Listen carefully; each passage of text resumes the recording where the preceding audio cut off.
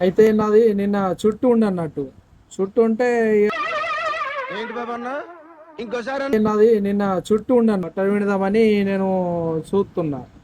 బట్టలు పిండుదామని చూసి ఇక ఆ బట్టలు వారం బట్టలు నేను వారంకోసారి పిండుతా. అయితే వారంకోసారి పిండుతా కదా ఇక సర్పు తీత్తని బెడ్ కిందకి వెళ్ళి సర్పు చేసిన 3 కిలోల సర్పు. సార్ సార్ సార్ ఏంటి సార్ 3 కిలోల సర్పు అర్థమైందా? 3 కిలోల సరుపు సగంకు సగం ఒడిసింది. ఇక నేనేం చేయాలా? అడిగినా బాధ వినాలను. అందుకే ఒత్తుకొని ఉన్నా. शाबाश बेटा बहुत बढ़िया ఇక బియ్యం కూడా ఆ?